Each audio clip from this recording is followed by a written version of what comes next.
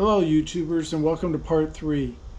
In part 3 we're going to finalize everything. So we're going to put the HEI in, we're going to finish up the electric fans, we're going to break the engine in, and then finally be done with this part of the build. So without further ado, let's go. Well, this is the new parts I'm going to be putting on. Here's the new HEI wire that's going to go into the existing wiring harness. These are the new water pump bolts to make up for the water pump bolt that broke.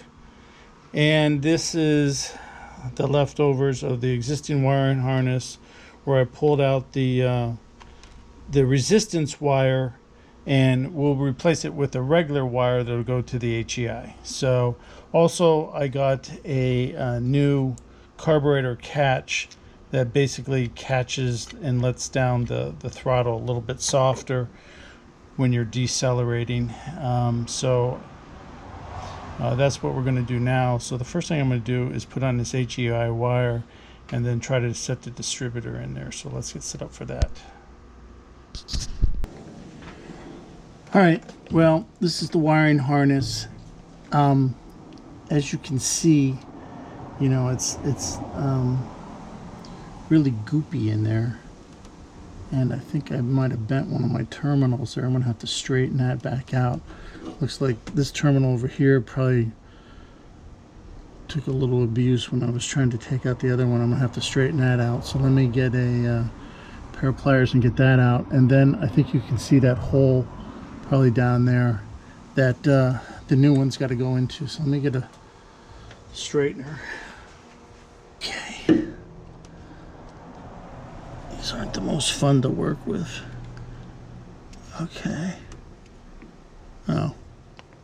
Okay, so this, they don't sit in there real solid. Okay. Alright, well, let's stick this new one on. And to kind of recap, this is the one I pulled out. And so this is one of those newer harnesses. And I pulled this one out because this black wire here is a resistance wire because it was made for the other style. So let's put this guy in. Get him over here. I'm gonna try to lay him out the right way here.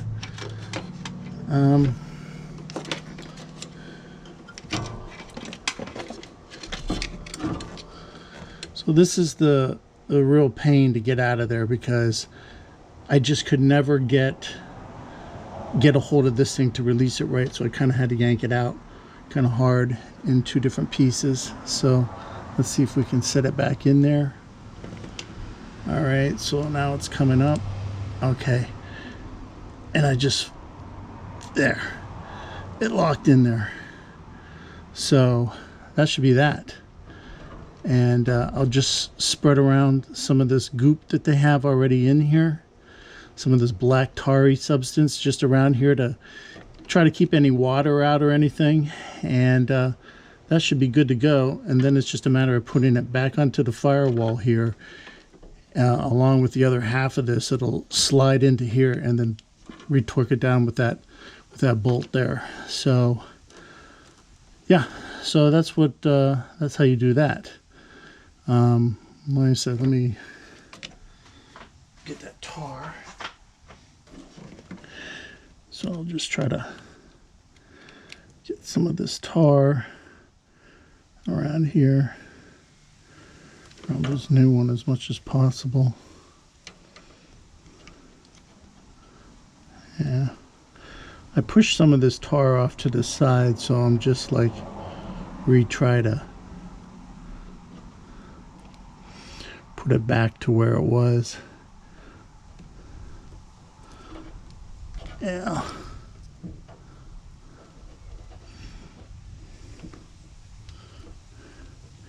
And of course this is done because the firewall is kind of to the outside of the car and water could get in here. So that's why they do this. So, okay. That looks like it's pretty well cooped up. About as good as I'm going to get it. Let's put it on. Alright, well, I taped this red wire up onto its connector here. So it should remain as a team. And I taped off the black one, the old black one.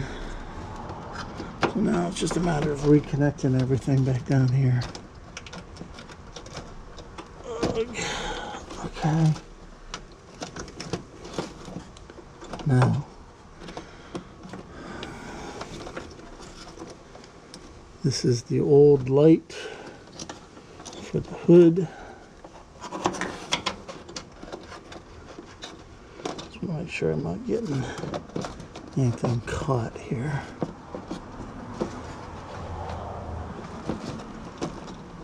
Here's the other half of the wire connector.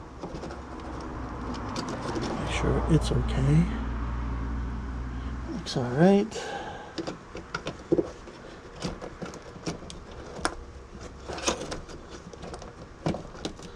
Okay, so that half.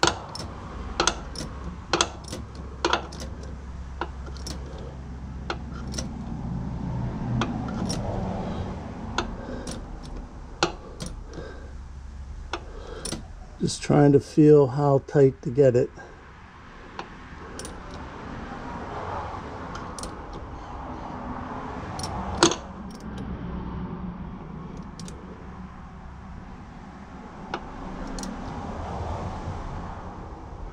Okay, I think I'm going to stop there. Well, if I look at it, I can definitely see the terminals are being, pulled in, so in the center there. So I'm going to guess that's connected okay. Oops. This is going to give me an opportunity to look at some other things here that probably should be addressed. Like now this no longer stretches over there, which seems very odd. I'm going to do some basic tests just to make sure that everything is hooked up right, because it looks like it should be okay, but I just want to make sure. Okay. All right, well, it is now time to put in the distributor. So what I'm going to do is make sure I understand how I want this set up. So as you might be able to tell, this is kind of like the front of the distributor here. It's got some kind of model number stamped on it, and I know as the car sits in there, I need the vacuum advance in about this position. If this is the back of the firewall right here, then I know that this vacuum advance has got to be there so I can have a little bit of room to wiggle this, to turn it back and forth to adjust the timing. So knowing that, then if you can tell over here, then this is probably going to be #1 cylinder here. It really doesn't matter, but just so that we have a reference, I'm going to try to go with this one. I think it'll be pointing close. It's either going to be this one or this one. Whatever one looks like it's going to line up when this is sitting in there closer or looking like it's at #1, that'll be the one that we go with. So to do that, I've already disconnected this from the cap, and I've already put some assembly lube on this gear here. So I'm just going to remove that one nut that holds it all together here, and then we're going to take it over to the car. All right, well, we got you lined up there. Hopefully you can see what we're doing from this angle. So I'm going to be dropping the distributor in. And I'm just trying to get a basic lineup of the shaft. Okay, so I'll drop it in about right here. Okay. All right, so there it's fully seated. Of course, it's not in there right, but okay, so I can test at least this. It looks like I got plenty of clearance in this position. So I know that if you can see my mark is right here. So if that distributor's right there, looks like I got a lot of room to adjust the timing. So I'm gonna go with it facing in here. Here's the seal, or the mark that's got the thing on it. Okay, I see there's the alignment hole for the cap. There's a notch back here, and the cap's got the other half of that notch. So I'm gonna try, and what I got to do is figure out which spark plug or which terminal, now that I got this sitting in there right, put the cap on and figure out which terminal I want to go with and then mark with it. Okay, so here's the cap, and I was talking about this little guy right here. This is the alignment pin. The alignment pin goes right back here. So let's turn it up, make sure all these things are facing out.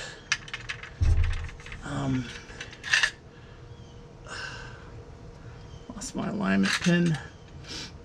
Okay. Make sure these screws are facing out. Okay. And basically sit this on here.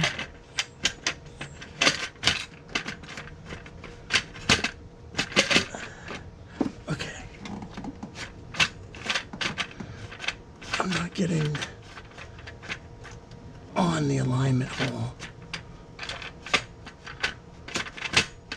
Something's stopping me. Looks like all these pins are out. Make sure I know where my pin is. Okay, my pin is over there. So I gotta be dropping down about right here, which is a problem because I'm hitting the thing there. So I'm gonna take my distributor and turn it a little bit that way. Okay. All right, now I'm engaged. Okay, so I'm getting some obstacles here, especially with that guy right there. It's really preventing me from turning the cap very much. So I think that's going to be a problem. I'm going to see if I can relocate that, because that is going to be an issue.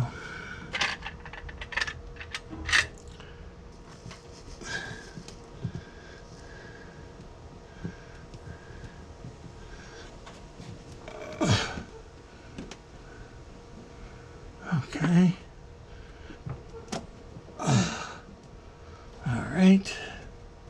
See if I can. I got another. It looks like I got a screw here. So if I was to flip that upside down,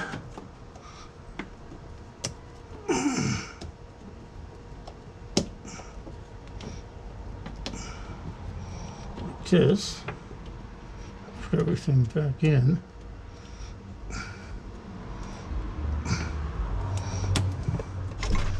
And run up here. I think I'll be okay.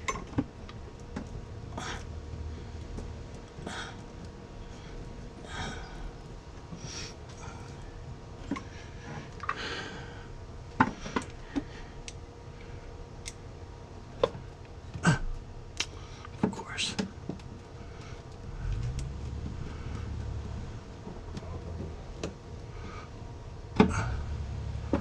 All right, now this one. This can go over there. This can go inside, like so. There we go. And then I think we'll be okay. All right. Let me get the distributor back out of here. Let's see which way this turns. Oops. Pressing on that.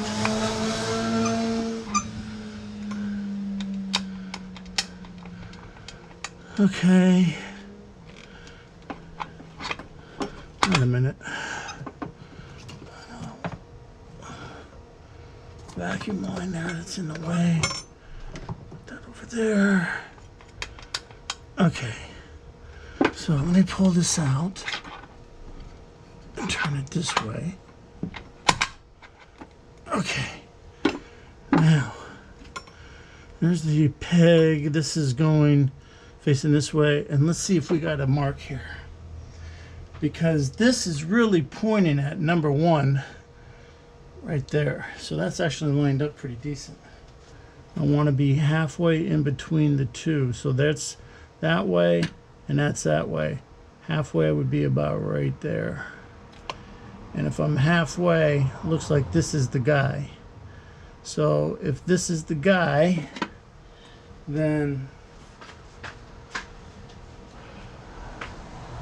I'm going to get my Sharpie out here because my crank is sitting at TDC. So I'm going to put a mark right here. All right, so that is where this point is down here. And that I got some room basically each way. So let me see if right there, if I can get this rotor. Oh, well, the rotor's not too far off. If I'm looking at it right there, I'm here and I need to be over here. So I take this out and it wants to go that way when it's out. I'm going to push it a little further that way and see what happens when it drops in. All right. Okay, come on. All right, too far. All right. I need to come back out further. About right there. Oh, okay. Okay. Well, oh, that's catching under there. Okay. Let's get that guy out of the way. Now she can go that way. Still, that's not too bad. I can get it to swing pretty good from each direction there. So really, I can line that mark up. I can live with it there. As long as the cap fits, I'll have full movement. So right there, it's lined up.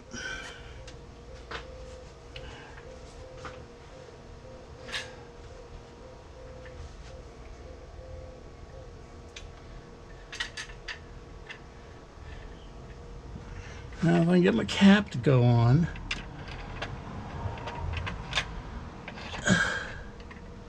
so that'll be a big if.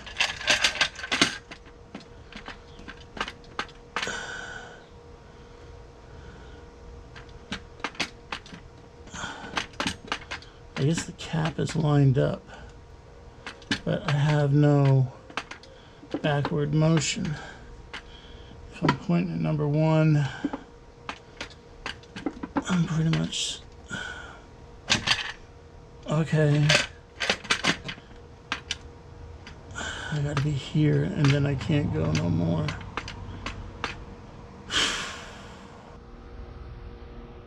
Well, what I've decided to do is to make this easier on myself. Normally I know the timing's going to be at least here.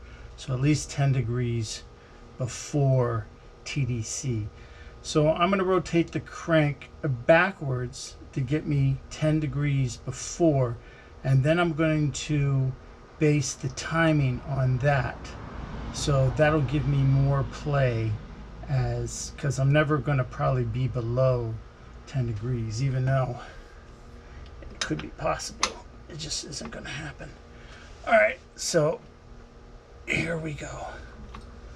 Okay, so that is about right where I want to be. I'm going to go right there. Okay, so that's about 10 degrees.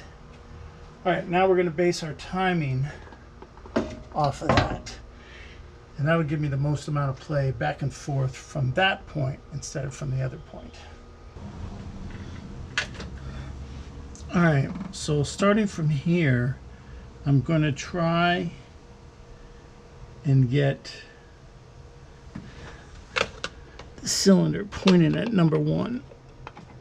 All right, so let's try.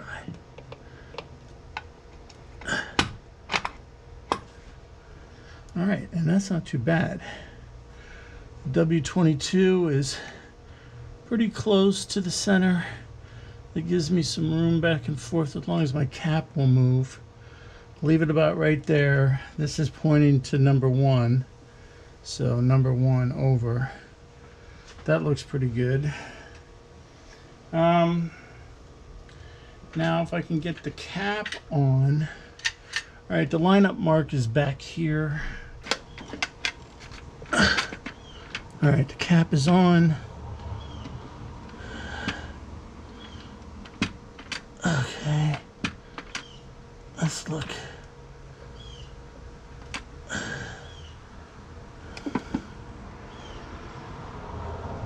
That would come quicker. If I go clockwise, it would come quicker. And that would be further away. In the middle is right there. In the middle is right there. That's good. I think that'll be good. Okay. So I'm going with this. I'm going to move this to where this line. I need one more reference. Okay, that is pretty close. That seems like it's lined up pretty good right there. Okay. Now, if the spark plug thing lines up on that, it'll be good. Okay. It lines up about right there. Yeah. Yeah. Okay, what did I say there?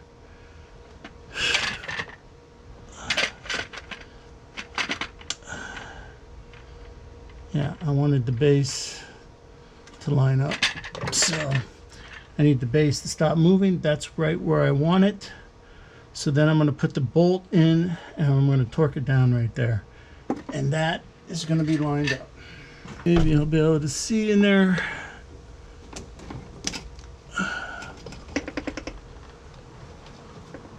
There's the hole.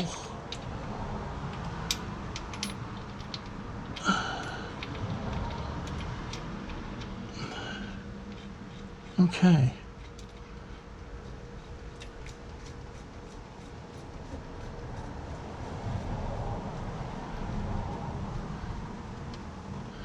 Now I just get that to say on top of, cranked it down too far and didn't get it on the foot on the, okay buddy, pick up.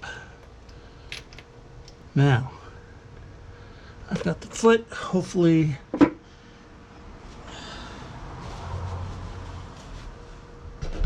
bring it in there, maybe we'll be able to see it. I've got the foot on the distributor, holding it on, so we should be good. All right. Well, hopefully to make this clear, what's going on here, let's see if I can get the light a little better, is I've got the rotor right here lined up with that mark there on the case of the distributor. And now, because the lock-in bolt's locked down, I know that I'm 10 degrees, it might even be somewhere around 10 degrees advanced. So when I put this top on and I'm hitting right there in the center, I know I'm 10 degrees advanced right there. So as I take my cap, line it up, whoops, line it up, I know that I gotta tighten that bolt down some more. My distributor's still turning. But you can see that hopefully this mark down here lines up with this post here. So as long as this base is lined up with this mark, which it will be right there. I'm going to tighten that down, get my wrench, tighten it down, get my old school wrench here, and tighten that down.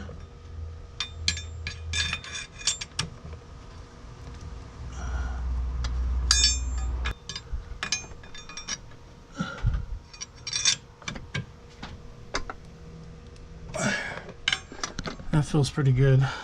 So now I can't move that base. All right, so now we know that rotor and that base are all lined up. So now when this cap drops on, we know they're all lined up. Okay, so then I'm just going to take, I keep forgetting I leave my marker over here, but that's number 1. And now that's marked, and then I can put my wires on here and we should be good. Okay, and that's it for the distributor, setting that in. While I got the distributor in now would be a good time to catch some other things. So I'm going to get the spark plugs in, I'm going to get the wires on, and I'm also going to put the gaskets on here. So I think I'll do this first before I get anything else done, because these can be a hassle if you start hooking up, you know, brackets like these. So that's one of the big things that's got to go on here, is all the brackets too. So let me go ahead and get these valve covers in, and basically all I'm going to do is just put a little bit of silicone on the back of the valve cover. Then I'm going to seat the gasket on it and then put it on it. So the only adhesive should be between the actual valve cover and the gasket. So let me get ready for that. Alright, so just going to get this prepped a little bit, make sure everything's clean.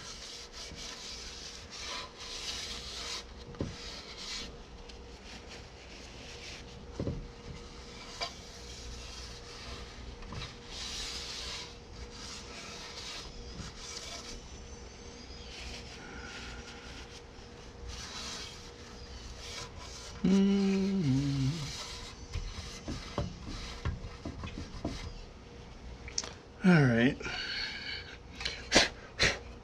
that should be good for that.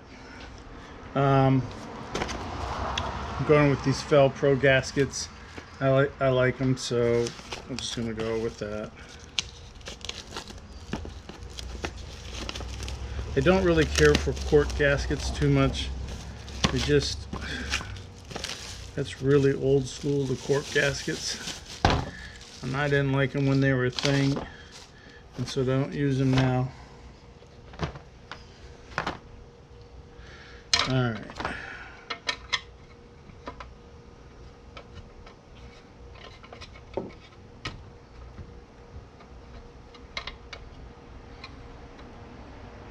Okay, so that seems to fit pretty good. Alright. See if I can get any better fit.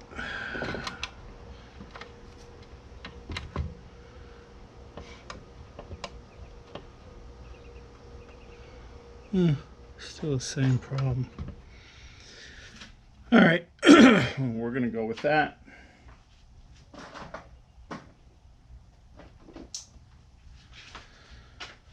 Let's put some gasket maker on here, just a thin amount.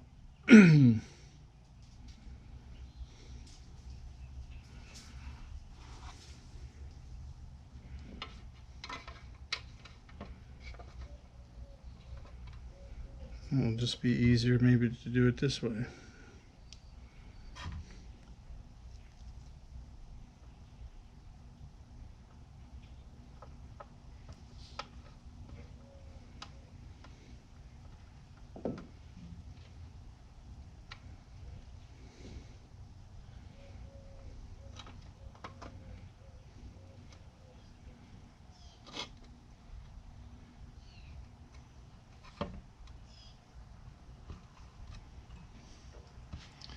And I'm not really putting a lot on here, just enough to hold this thing in place and give this a little better chance of sealing, because these valve covers are not perfect. And this should take up any imperfections in the sealing surface of these. So there you have it. All right. Now we're just gonna put it on the car and lightly. I know there's a foot-pound spec on this, but I'm not gonna worry about it too much. I'm going to just put it on there kind of really loosely hand tight. All right, press down the valve cover gasket. Hopefully it'll stay on here while I'm assembling this. Good.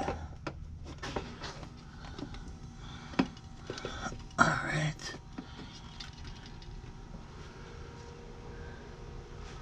Hopefully the holes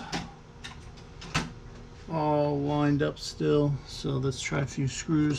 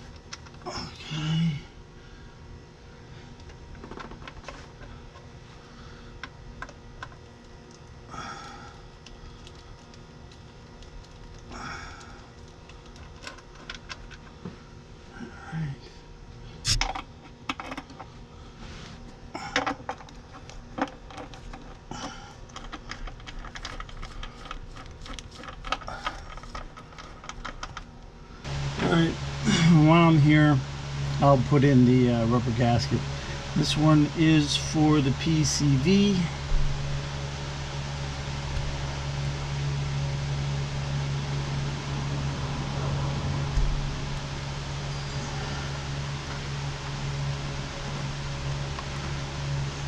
Almost in. There. So, there you go. Well, while I'm on this side of the engine, I think I'm going to go ahead and gap these plugs. These plugs had about only around 1,000 miles on them. So, since I'm going from HEI, let's see, I had about 30,000 there. I'm going to take this out to about 40, 45 for HEI. So, there's about 42, 43, somewhere around right there, so you can get an idea what that gap is. These are R455, so R45S, so R45S. So these are the same ones that I had in there for the points ignition. Now they're just gapped a little larger for for the HEI setup. And then we'll roll these in there.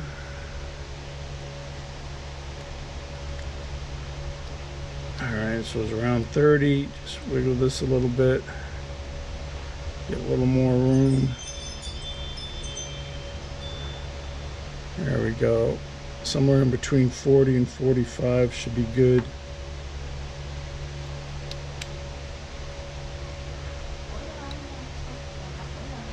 Yeah. All right. All right. Time to put the spark plugs in. Just clean out these holes. Make sure there's nothing really blocking them.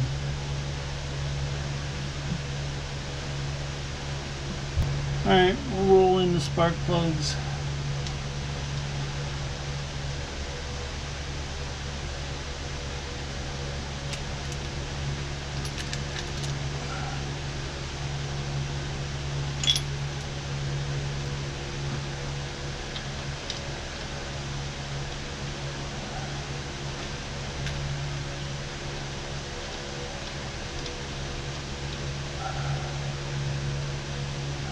Alright. Getting the angle right and the right starting spot. There we go. Let's see if I got it. Okay. Cool. Alright. I may come back with a regular extension and ratchet just to make sure everything's tight, but everything's in there pretty good. So cool. That's one more thing. Get the other side to this point, and then we'll stick on the wires and get some of this cabling back into where it needs to be. So, okay, good. Well, it's time to put the water pump on, so let's get it ready. First, I'm going to put this Loctite, kind of like a glue stick type stuff on there to hold this in place. Doesn't require any time to set up really, and it always stays in that consistency. And then I'm going to put some RTV on this side, and then we're going to put it on there. So let's get set up for that. All right, let's get this out of the way, flip that over. I'm going to try to dig all this stuff out. Still quite a bit left, but it won't come up through the tube.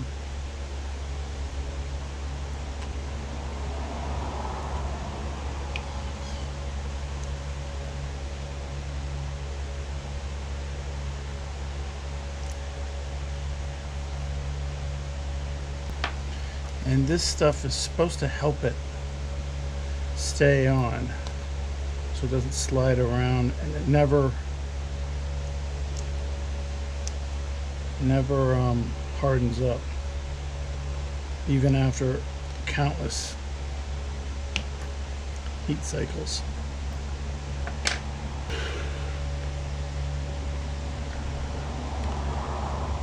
Now, see one hair.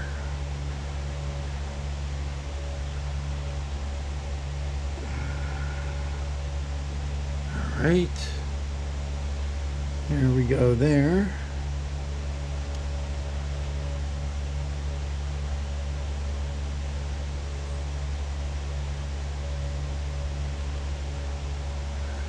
All right.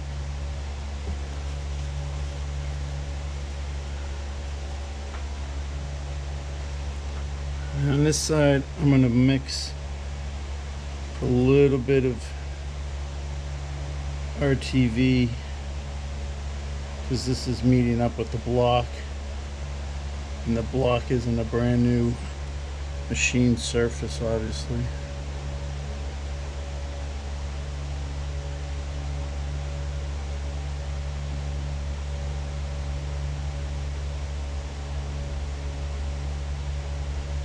So let's see how we can do this. All right, and then I'm going to put a little bit on the block around the water jacket holes. All right.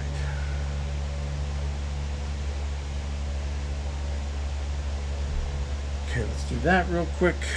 All right, let's put some around here.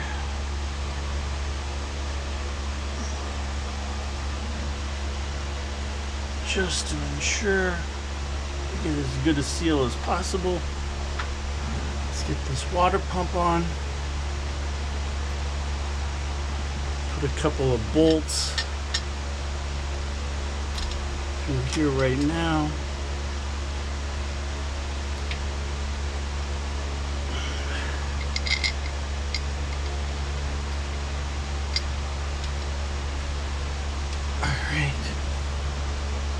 let's get her on.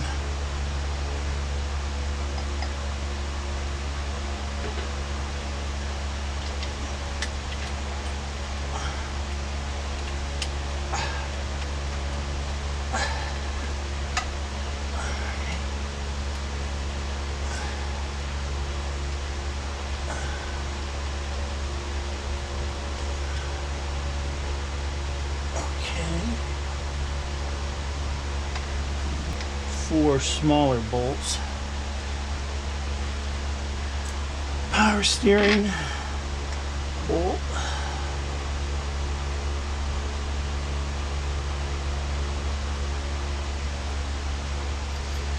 AC.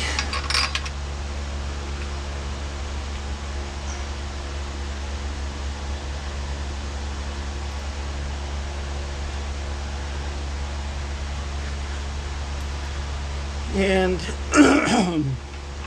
the other two larger bolts. All right.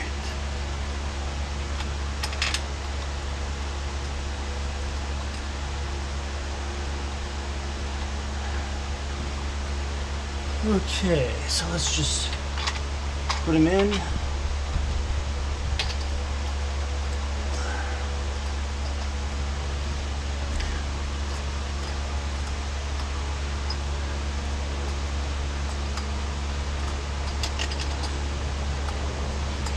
Brand new bolts, never been in that hole before.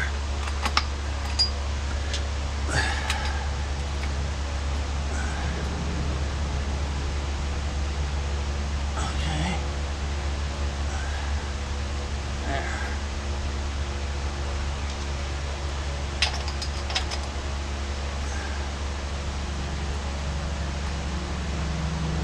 Hard to do from reaching over across the engine. All right.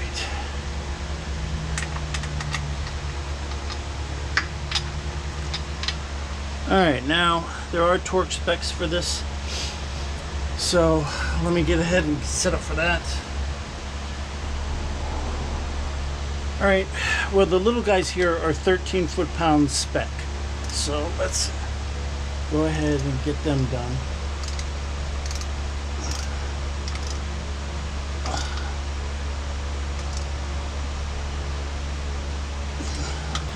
Alright.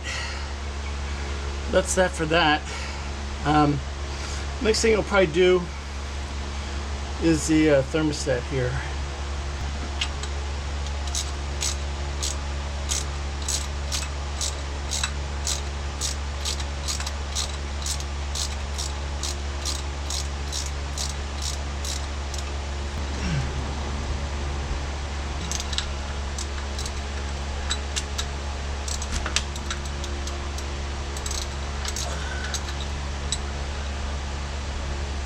Okay, so what I'm going to do now is put in the thermostat. I'm putting in a different kind of thermostat this time. This is a high flow thermostat. Completely looks different than the stock thermostats. It's supposed to flow water a lot better. So this is a high performance water pump.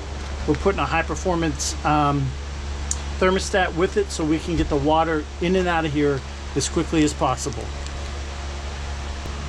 All right, here's what it looks like.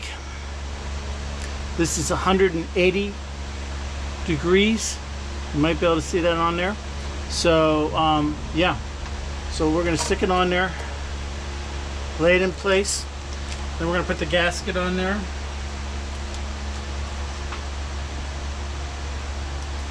Just in case you want to see the gasket, 35-130 Fel-Pro gasket. All right, that fits on there like that. As you saw, I spent a lot of time trying to get these holes, you know, in good shape so that I can put these in there, put the screws in there and not run into any problems, because you know you're going to be changing thermostats, you know, somewhat frequently. So you want to make sure that you dress those holes. And I also took the bolts over to the to my grinder, where I have a wheel on there, brushes that cleaned it up. So they're looking good. I'm gonna put a little bit of RTV on this side so I can put it on there, and then I'll put a little bit of RTV on the other piece. Also, what I'm going to do is I'm going to take this bolt that I use and stick it right in there. And it doesn't interfere with the pump or anything like that. So, yeah, it basically goes down. Okay, got the RTV on there. Just going to drop that down on there. I also ran this through the grinder and just with the wire wheel cleaned all this up, and it's a little bumpy in here, but I'm gonna put the RTV on here and that'll seal that up. All right, so that's what that looks like going on. I also put the rubber hose on here that's gonna cover this whole thing up, and let's put it on. Put it over that, push it down all the way down, and then get this lined up. My friend will come over here, tighten these down.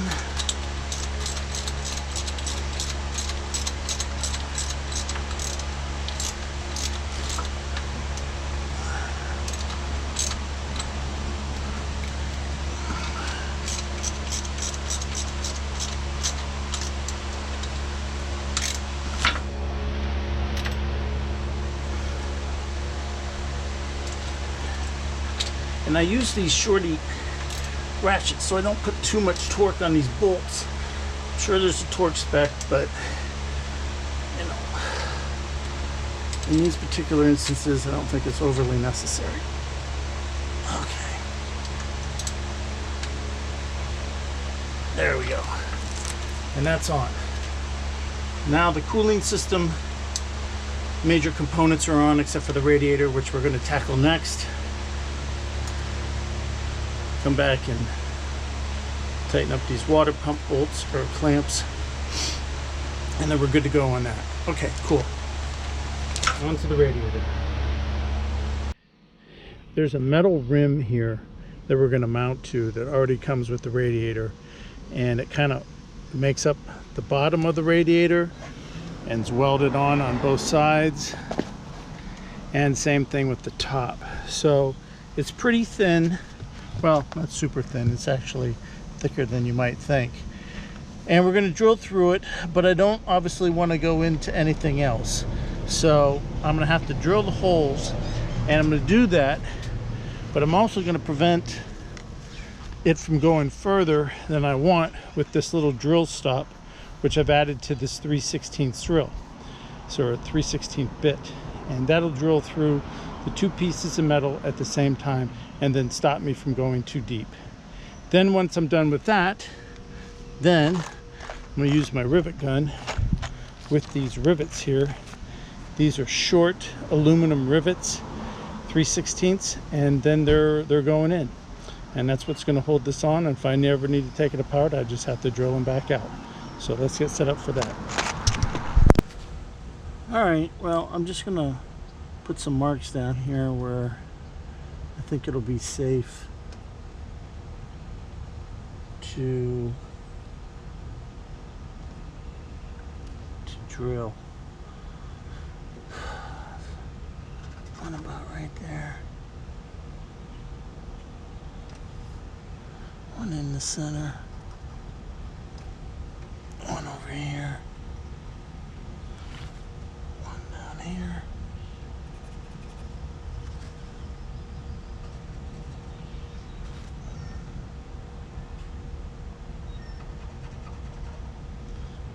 Okay.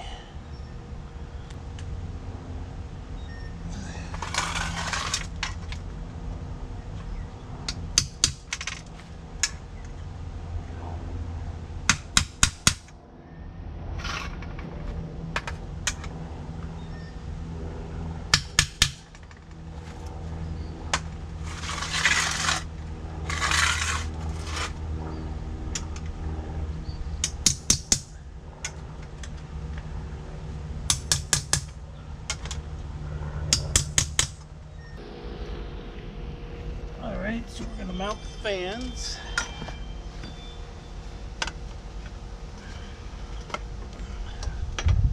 Like so. It doesn't cover it 100%, but I'm gonna make it even. So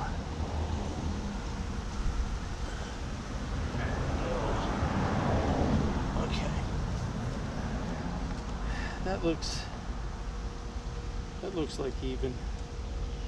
So let's give this a shot, see how it goes.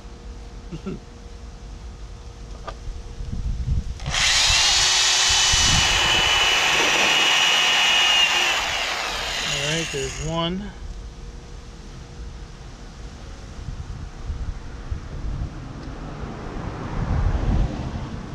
Now, I think, let's see if I can hold this in place. Yeah. Like that. And then I'm going to do the other ones.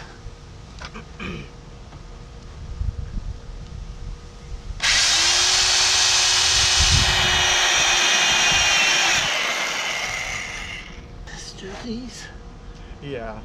I need two more.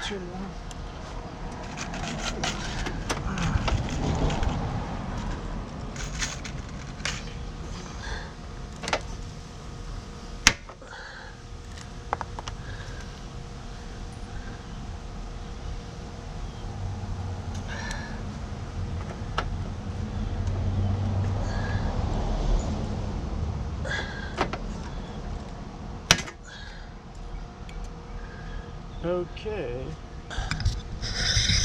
Let's see. All right. So these are in there. Some of them go down a little deeper than others, but they all caught in here. And let's see what it looks like. Oh. Okay. So you can probably tell. Yeah, that is. They're nice. good and tight on there. Yeah, they are. And this looks like winter. These are not pulling out. These got good grip. These are aluminum rivets, and hopefully I didn't do any damage. I don't think I did, but we won't know for sure until I put this on. So, okay, let's get in the mountain it. I covered how I went about placing the fans onto the radiator.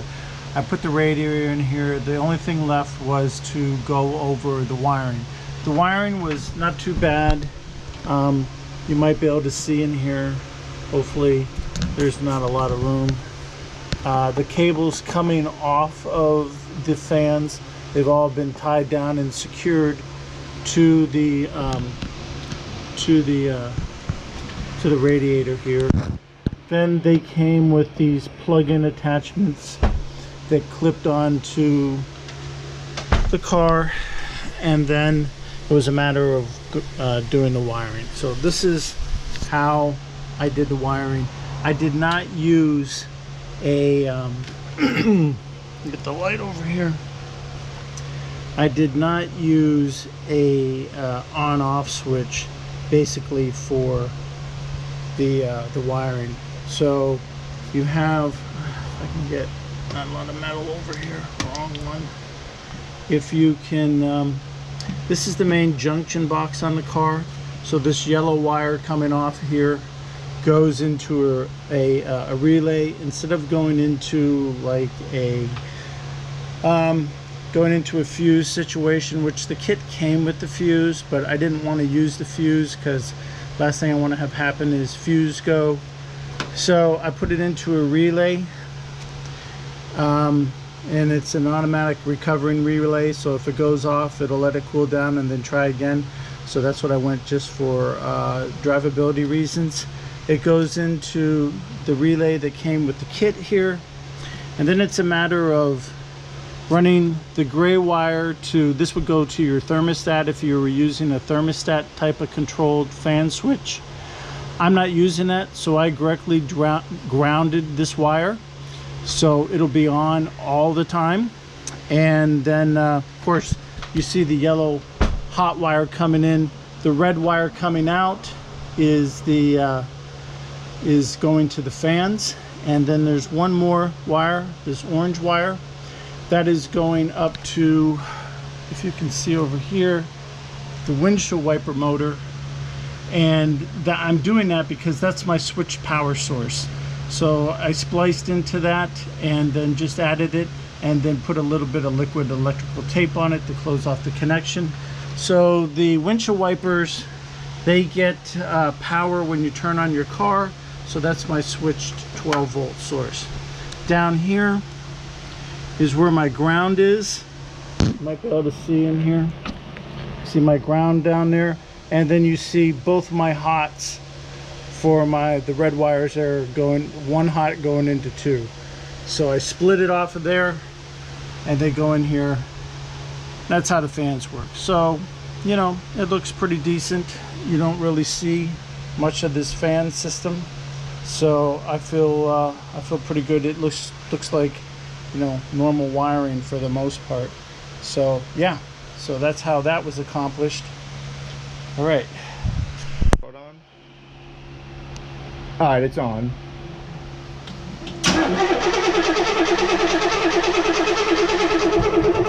Oh, I hear it.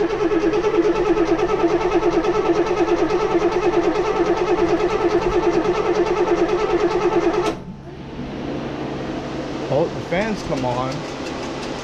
I heard the I heard it trying to start. Come on, baby. Come on, come on. Start up. Come on. Come on, baby. Start up. Oh, there we go.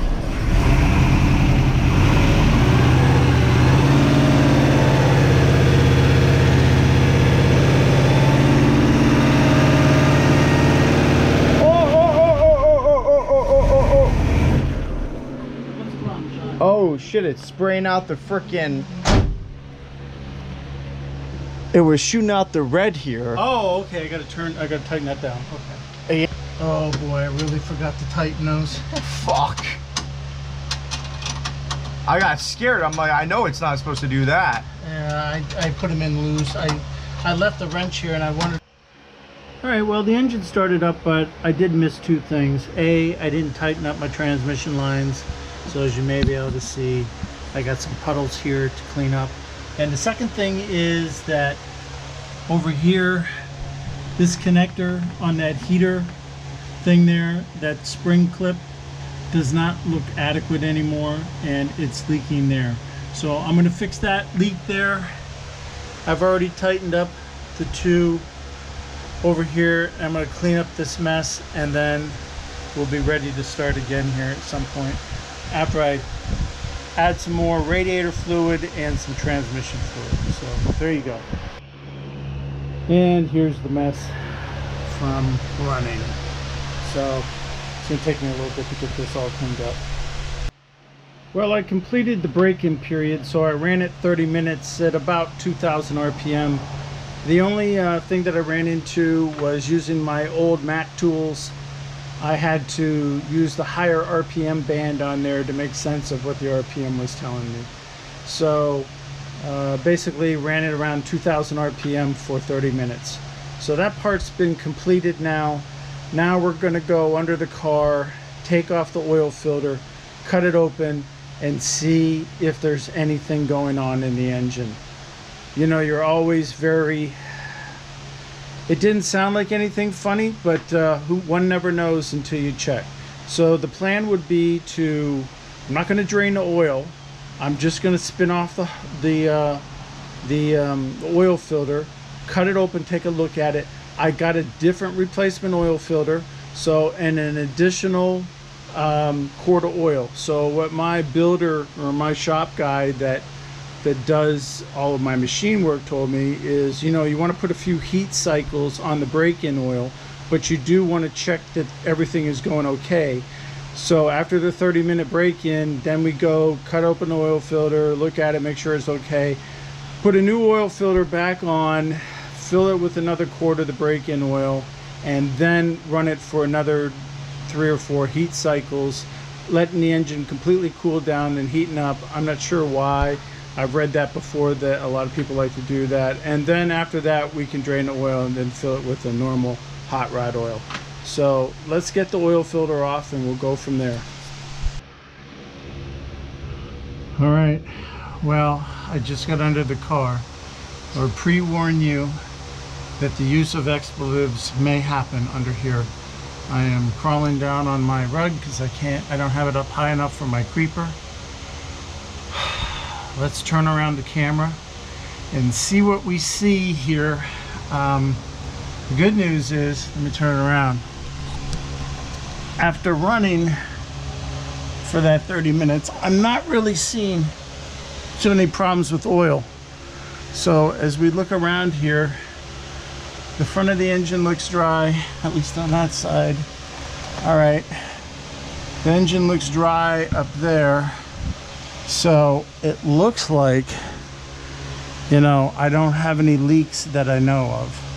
So, I mean, that is, if I come around to the front, we can see the front up there. That looks pretty good too. So I'm gonna guess, at least right now, I don't have any engine leaks. So, which is always amazing when you change the oil pan gasket under here. So let me put this light up here, see if I can find a spot for you guys. Put you over here. I want to check, make sure you got a good angle.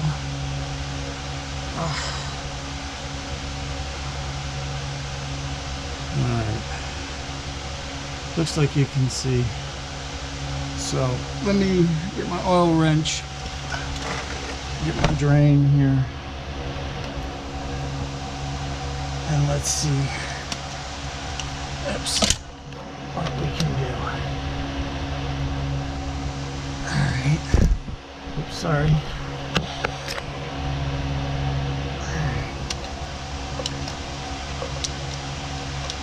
Okay. Alright. Make sure I got this lined up. I don't know where my rag is. I guess I didn't bring it. How nice. Alright. Well, here we go.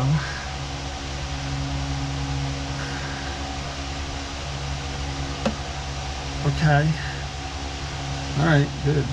Well, let me put this guy off to the side.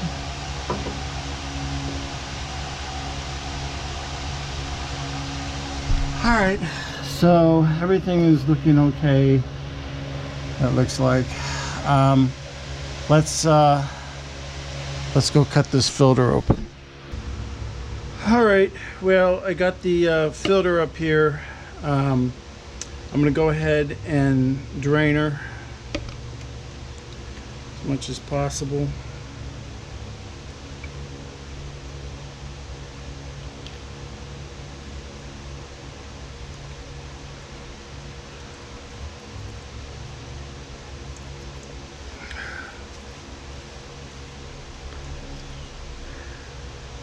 See if this will fit in there. No, I think it'll sit in there. Not really any good way to drain these things. Just kind of find a spot that drains a little bit. Well, this thing is heavy, you know, because I'm sure it's loaded with oil. I'm not seeing anything in there, but that doesn't really mean anything. So I guess this is going to be a low-tech approach. I'm just basically going to take a hacksaw and, you know, cut it somewhere around right here. And, you know, the big shards that come off of here from, you know, we're going to ignore, because that's just, I'm just looking how far down I want to go. Maybe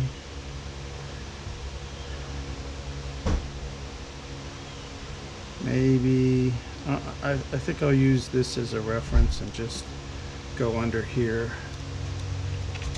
But if there's any big shards, I'm gonna know that, you know, that came from the hacksaw, not from the operation here.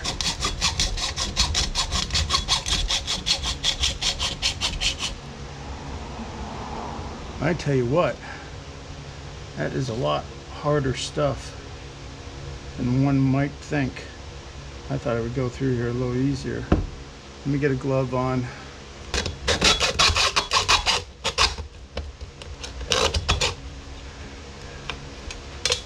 Holy mackerel.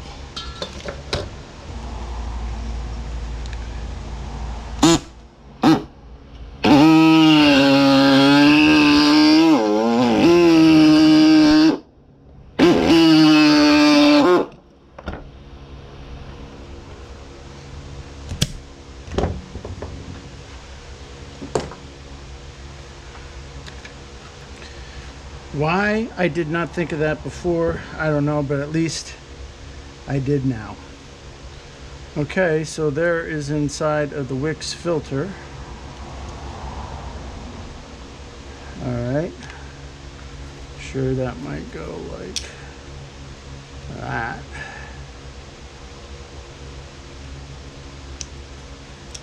Okay. Alright. This might be where the crying starts, so let's just take a look.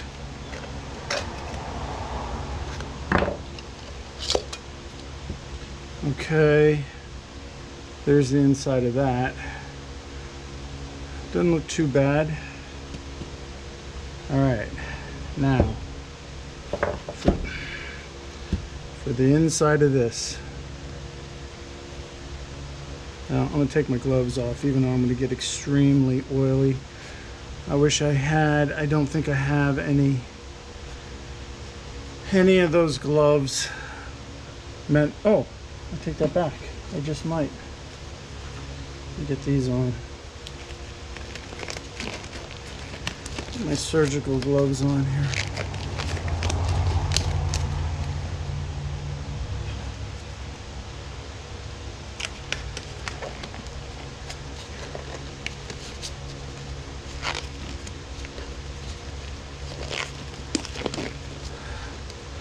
Only around 100 degrees today, so this is a lot of fun.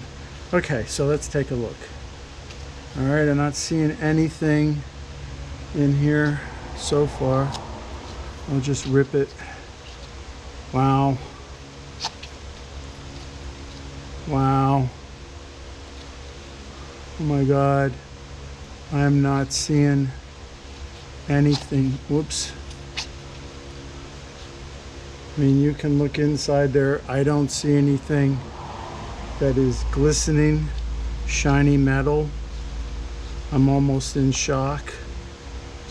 Once in a while, I see a couple of red flakes or pieces of, I don't know if that's RTV. If I'm guessing maybe that's a little bit of RTV that got in here. You might be able to see some of this red, couple of red things in there. Yeah, I mean, if I pull that out, it's not easy to get out, but yeah, I can't remember if I used red or not, but you know, it doesn't really matter. It's there. There's a few strands of this. I see just a few pieces of possibly RTV that fell down into the engine when I was, you know, taking it apart. Thank God it got caught up here in the filter. And that is it, guys. I mean, I'm not seeing anything. So you can kind of look in here. I'm just not, it's not evident to me, you know, that we're seeing anything. You're seeing the light reflect off the oil, but that's about it. There's no, I don't see any metal flakes. I am super stoked. I mean, you can listen to the engine and you hear, you know, engine noises, tappings and all that kind of stuff. You have no idea what's going on. But yeah, I'm glad I did it. I highly recommend using an air saw. I mean, once I used the sheet metal saw, I mean, it just cut right through like butter. Trying to do it with that hacksaw was insane. So if there's anything to gain from that, that's at least that. I'm going to, I got another brand new Wix filter here, exact same as that one, and we're gonna put her on. So yeah, so let's screw that on, and then, you know, we can go, I can go through the heat cycles that my engine builder wanted. It held about that much oil. I'm sure there's a little more in here, but I'm gonna say that's maybe a little over. I don't see any metal in there. I can't even, that's just wonderful. I don't see, I mean, I see just a hair of a couple of ultra small little flakes, which I would expect from new parts. Outside of that, I don't see anything else. So since I got my gloves on, this will be a good time to like take some of this oil and just lubricate that. And it's ready to go on.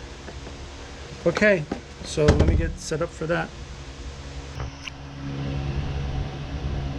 All right,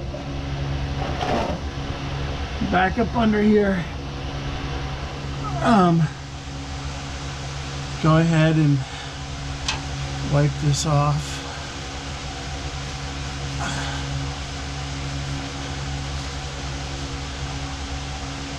Okay, on the oil filter.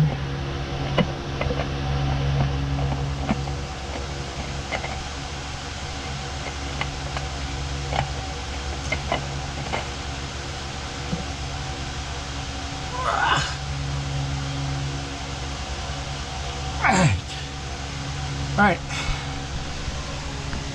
that goes on hand tight. I see a drip of transmission fluid, probably from when that line was leaking there. Otherwise, I mean, like I showed you before, I just don't see anything. Oops, coming back here where the tranny is. I see a drop here, maybe a drop there off of this pan. Other than that, there really wasn't any leaks under here, so I'm feeling pretty good. I mean, yeah, I guess time will tell. But for right now, everything's looking pretty good. So, all right, let's go topside. Okay, I'm going to add in the missing quart of break-in oil. See it drop at the antifreeze coming out of there. All right. So this is the driven break-in oil. It's conventional 10W40. So I'll just replace what we lost, and then I'll go through a few, I don't know, 2 or 3 more heat cycles with this, and then that'll be it. Then we'll do the oil change into the regular oil, or I should say the regular hot rod oil with the extra zinc in it and everything, and that should be it. So great. Well, that isn't an exhaustive test, I don't feel like, of you know, the engine. Only time's really going to tell how it goes, but so far so good. I did look at the oil that was the drain that I drained out of the oil filter, and you know, there was a few little shiny things like you might expect in there, but nothing significant, and they were the tiniest of little tiny metal things, which probably what you'd expect. So okay, great. So let me wrap this up. All right, let's start her up after the quart of oil.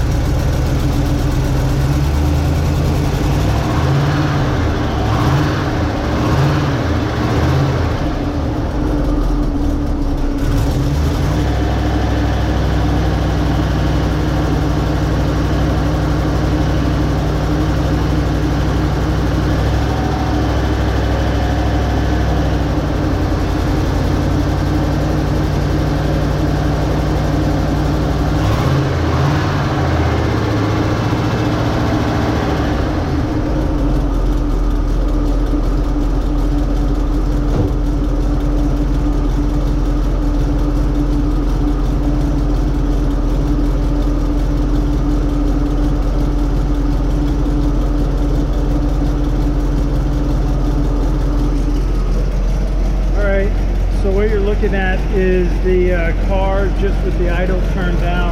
I haven't had a chance to time it or do anything else to it, so I have a feeling that I have to spend a little more time on the vacuum advance. I don't think it's set 100% correctly. It's not quite responsive enough, so I think I'll have to turn in that adjusting screw. But yeah, I think it's sounding pretty decent for not even having any kind of tune-up after it. So no timing check or anything. Let's listen to the rear of it.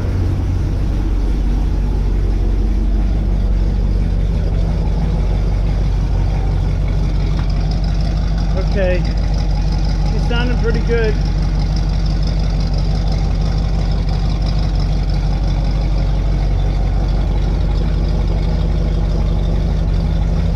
I don't think I hear anything abnormal.